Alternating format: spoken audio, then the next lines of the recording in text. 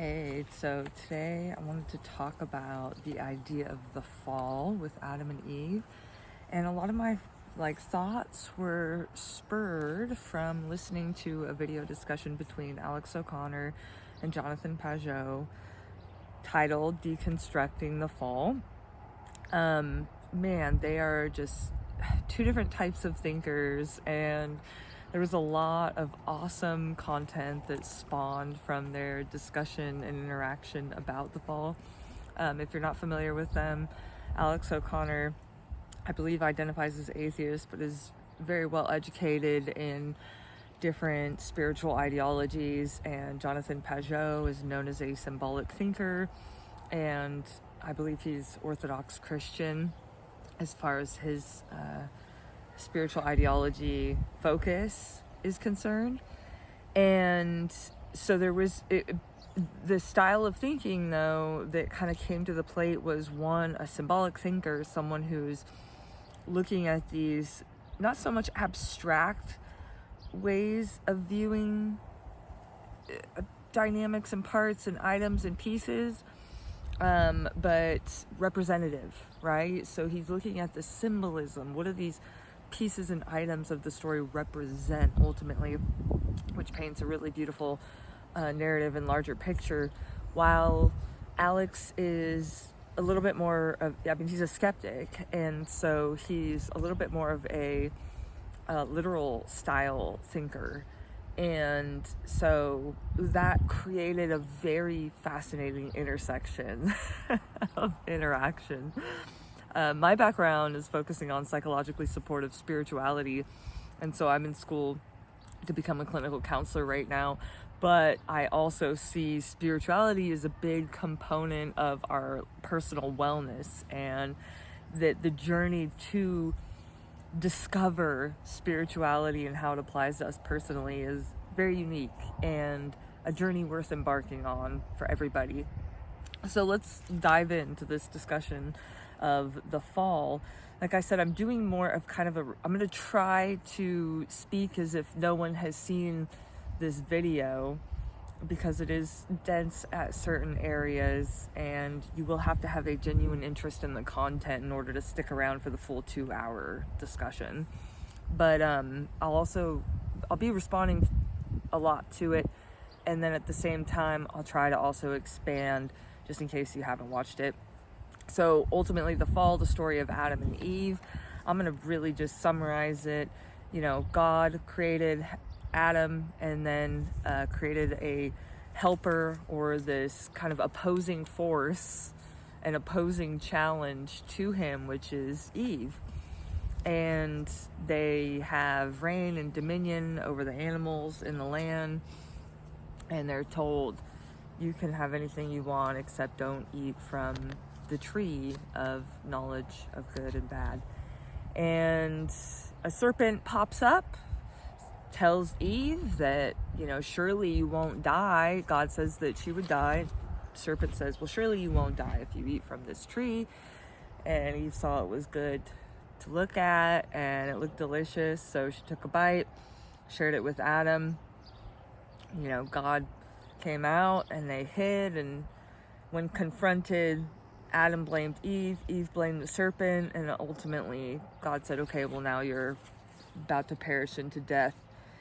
And there is so much content within the interview the conversation between Alex and Jonathan.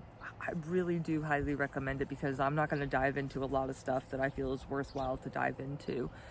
But there was some things that became hot buttons in the conversation that didn't fully get expanded on in a way that I felt it deserved. The first thing that really stood out to me was, but what if they didn't take the fruit from the serpent? Alex prompted this question to Jonathan, and Jonathan seemed to have a really tough time hypothetically walking down that road of answering that. And he felt, he was more in this pragmatic mentality of well, that's not what happened though, And I think it's kind of an interesting question worth asking, because, and the reason is, because it will tell us more information about the impact of the fall. It kind of paints a picture, right? If we know what an alternative was to the fall, we get some insight on why the fall happened, why this disconnection from God happened, and then ultimately we get to hot button number 2, which is, why are we supposedly suffering from this sin that Adam and Eve committed, right? And this is the idea of original sin that is thought of in Catholicism and a lot of Christianity. And as Jonathan Pageau expanded on, that's not so much the view in Orthodox Christianity. That's not so much the view I personally hold as a Christian. But back to the point, hot button number 1, what if they didn't take from the fruit and they didn't take what the serpent offered? And they weren't able to get to a point of communicating about this, unfortunately, even though it got brought up a couple of times. So I want to pose some concepts to consider. And that first concept is the idea of a relationship. The idea that we can see this in our daily relationships, and more specifically in the new relationships we develop in life. There's more you will learn about someone when you go through a challenge with them than you will learn about them if you're just interacting on a surface level and taking their word on who they are and who they tell you they are. It's not until you face an actual challenge within a relationship or some sort of pressure test that you actually start to see how someone truly responds to life. Specifically because they're kind of being tested under a certain amount of stress. And that brings out a different side of us. So I see this offering from the serpent being somewhat of a challenge or a spiritual opportunity. And it is an opportunity for Adam and Eve to demonstrate the use of their free will. Now, free will is a very key, important point in this discussion, simply because it is very much, pushed up, risen up in the Bible. This idea of free will is a huge, huge component of the world that we live in. We have a choice between good and evil in our lives, connection to God and disconnection from God. There's free will within that. And so we have a spiritual opportunity. We have challenges that we face in life. Yet there's also this offering within the Bible that states we're on this path to continuous sanctification, meaning we are becoming holier versions of ourselves in the image of Christ, and as we choose to become followers of Christ. There's also this message that, God loved us first, and God is kind of setting out these bids for connection to us in our lifetime, even if we continuously deny. And we will continue to receive those bids from God until we die, which then ultimately God gives us what we wish for, which is to not have to carry the burden of attempting to connect with God when we attempted to extinguish that opportunity through our entire life. So it's kind of like we get what we ask for, right? We finally receive that. And we experience eternal disconnection from God, which is also depicted as hell. You may have a personal opinion that disconnection from God would be hell as hell is described, but that's kind of the spiritual ideology that is within the Bible. It's this offering that true heaven is complete connection to God and ultimate hell is disconnection from God. And I think we kind of see that in our real life. Right now, we're in this space in life where things transition and can change, and that's an incredible blessing and opportunity, right? That we're not kind of stuck in our past ways. We can continue to evolve. And I see that being beneficial as well when it comes to the opportunity of growing into a relationship with God. You don't know it until you experience it, but having a true intimate relationship with God is far more appealing, to say the least, compared to the alternative of not having a relationship with God. But that's experiential. That is for each individual person to determine and witness on their own, right? And it's not my job to bring other people to salvation, which would be to bring other people into alignment and connection with God. That's not my job. That is between God and that individual. However, there are certain perceptions and concepts that could be considered to encourage that type of relationship happening. Anyways, how I'm trying to connect this to this idea of what if they did not eat of the fruit? Well, if they did not eat of the fruit, then they would have demonstrated a different type of character within their reins of free will. And free will is imperative to have an intimate, authentic relationship with God that has love, that has hope, that has faith. These are things that we are told to focus on as followers of Christ. So that's what I believe would have happened. We would have likely, Adam and Eve would have made a choice to stay in connection with God, stay in harmony with God, and that itself would have strengthened the choice. However, what do we know about psychology? We know that it can take a while to create new habits and to cement certain patterns. And so from a certain standpoint, one could hypothetically view Adam and Eve's fall as one of many potential falls. There's one of many potential challenges and opportunities. Maybe there was a varying degree of pressure tests that they went through. You see this in relationships and specifically in marriages and with family members. When we're forced to attune to certain individuals in our life over an extended period of time while facing dynamic and ever-changing challenges, you continue to have opportunities to choose connection or disconnection. And this is at the basis of marriage counseling and marriage therapy, for example, is that generally couples who are starting to move away from each other or where a marriage is falling apart, it's because they're choosing to move away from each other by their actions and by their responses to one another, and they're not engaging in that repair work. And you see this kind of happen in the fall as well, as there is this resistance to repair work. Instead, God starts to confront them. They don't take ownership, they blame. They're moving away from God continuously instead of moving into an authentic alignment. So what would have happened? They had chances, right? Let's say they didn't take the fruit. Well, they could have very well had another opportunity and another pressure test and challenge to choose God. Maybe over time they kept choosing God, and that would have gotten stronger and stronger and stronger. And as humanity grew, there's this stronger influence of choosing God. Our influence and our environment matters. This is why you see different parenting styles get passed down through generations.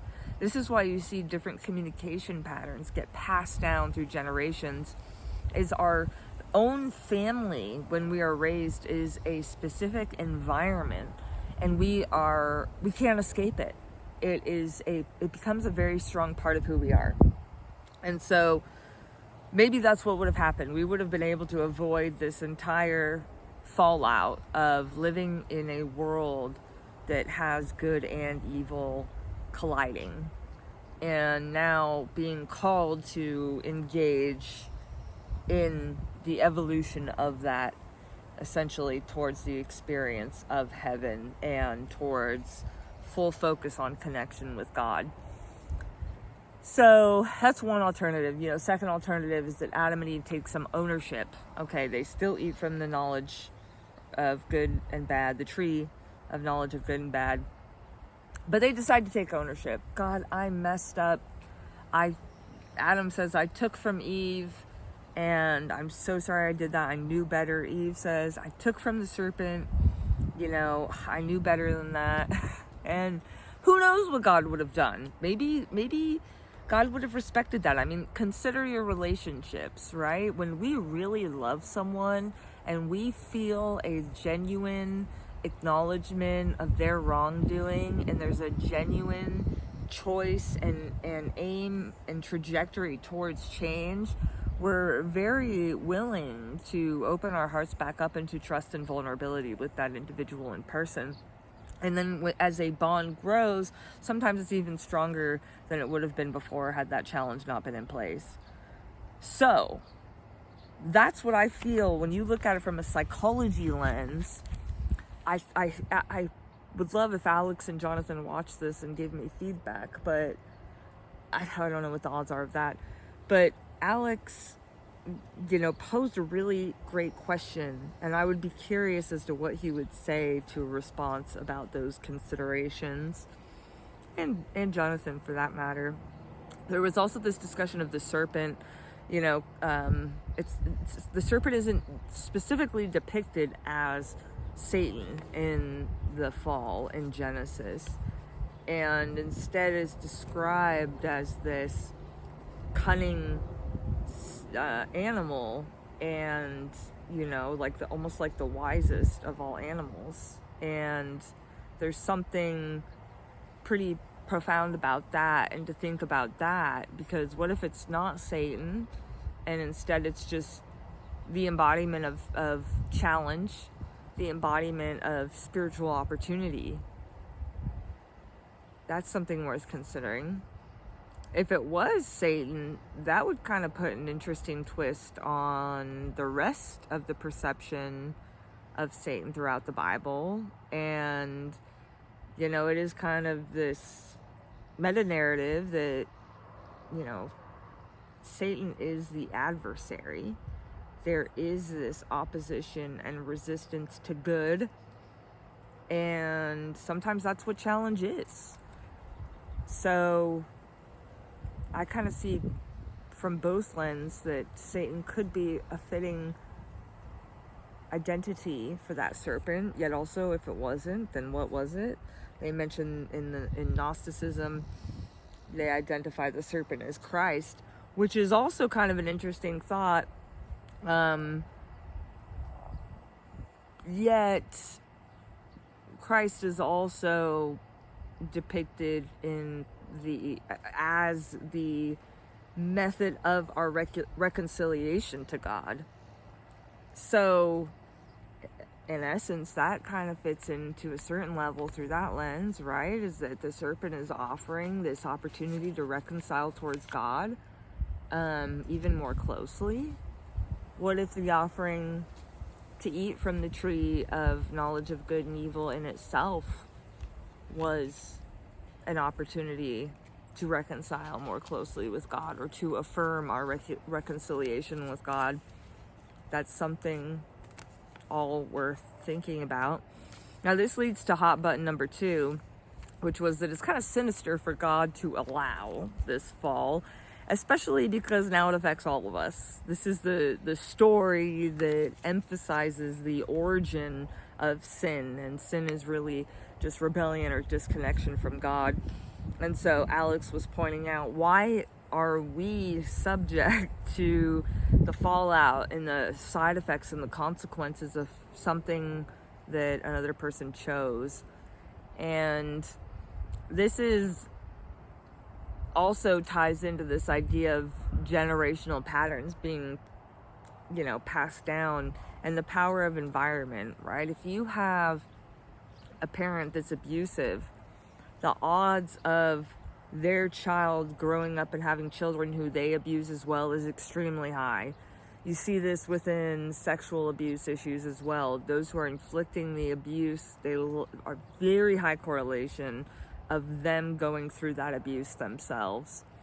So there's almost this, it's not so much, I don't think it can be so much this idea that God is inflicting punishment on Adam and Eve and therefore that everybody else has punishment. It's more of, okay, Adam and Eve, you've chosen this road of disconnection from God, and now there's a series of consequences that are going to happen because of that. And part of those series of consequences is that those who come after you will be burdened with this environment of your choice. And we can also break out of this. You see this within psychology. Back to the example of abusive households. A child who was abused does not have to grow up and abuse their own children. However, there is a very in-depth process that they will have to confront to break those patterns. And Christ is depicted as the opportunity to do just that when it comes to sin. Where essentially the message within the Bible is that would be really hard to do on our own, to just break that pattern of not sinning anymore on our own. And that's very true in psychology as you see abuse being passed down. New patterns have to be reestablished, and sometimes that requires help from like research articles, even online YouTube videos, and external information and external support coming in to help us facilitate a change. Sometimes this is even like a clinical counselor stepping in and helping someone face their past trauma so that they can implement new practices. So I see Christ being, not just this end-all be-all solution, but more so this aim and purpose and adaptation we can choose to engage into so that we are not continuing this pattern of sin and disconnection from God moving down the line. We've been born into an environment that is more prone to disconnection from God, unfortunately. And that is just the hand we've been dealt. And so, in clinical counseling, you see this as well, as that, Freud would go back into the past and look at childhood, and, psychoanalysis does some of this practice, but there's a lot of other psychology modalities, evidence-based psychological modalities that don't go into the past. They look at the present, and although a pattern may be perpetuated from a past experience, they work with the present. They work with what's happening now in order to transform it and in order to make it something new. We use the now to shift our perception of that past, and that's how we move forward. This is something that you can see in people who suffer from trauma. If there's this shift in perception, there's healing that comes on that trauma, and that's really at the basis of EMDR, which is a highly effective treatment tool for those who suffer from trauma. There's a shift in perception of a past trauma, and that's what perpetuates healing. So I see this kind of being the case with this question of, well, why do I have to suffer Adam and Eve's choices? Well, there's almost this, I have a hard time looking at it like Adam and Eve is the beginning of all genealogy, right? From a very literal sense. That's not how I have personally come to resonate with Christianity or the stories within the Bible. However, I feel that there's incredible symbolism in this idea that Adam and Eve are the representation of humanity and the representation of one's relationship with God. And in this life, lots of run-on sentences, I'm sorry, I'm excited.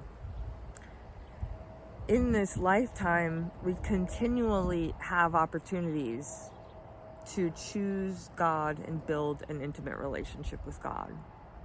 We continually have these challenges or spiritual opportunities that challenge our focus on connecting with God. And that is real. That is a very real thing if and when you start to value fostering a connection with God, an authentic relationship with God. You will see these ebbs and flows. It's a practice that has to be nurtured, right? And that's when you feel this sense of connection. And then we get caught up in life and roles, expectations, relationship dynamics, commitments, responsibilities that are within the world. And unless we keep our sight on having a relationship with God through it all, it's very easy to fall away from that. Even with the focus of relationship with God through it all, you feel this ebb and flow. And that's, what I witness as the ultimate practice within us. And that is almost this ultimate practice of continuous sanctification towards becoming a holier version of ourselves. And that's the worthwhile endeavor. That's the worthwhile endeavor in this world. And I feel that Jordan Peterson has done a good job on his We Who Wrestle with God discussions that he's had recently on various podcasts, where he expands on that higher aim and that root of all aims essentially being the highest. And he discusses how that is one of being focused on God. So anyways, I would encourage you to listen to the discussion between Alex and Jonathan, and I hope that this gave some fun food for thought. I'd be curious to hear if anybody has any concerns or questions or other reflections that have spawned from their discussion or this discussion that I've shared today. And I appreciate you for taking the time to watch. My name's Danielle Patrick. At this point, I'm a spiritual wellness coach, but I'm going to school to become a clinical counselor. I'm in a master's program, and I really want to specialize in psychologically supportive spirituality. So this has kind of been a little bit of where I try to set my focus on, is that intersection between psychology and spirituality, and how those really beautifully weave together in so many ways. So please leave a comment. Let me know if you have any questions. Otherwise, thanks for taking the time to watch.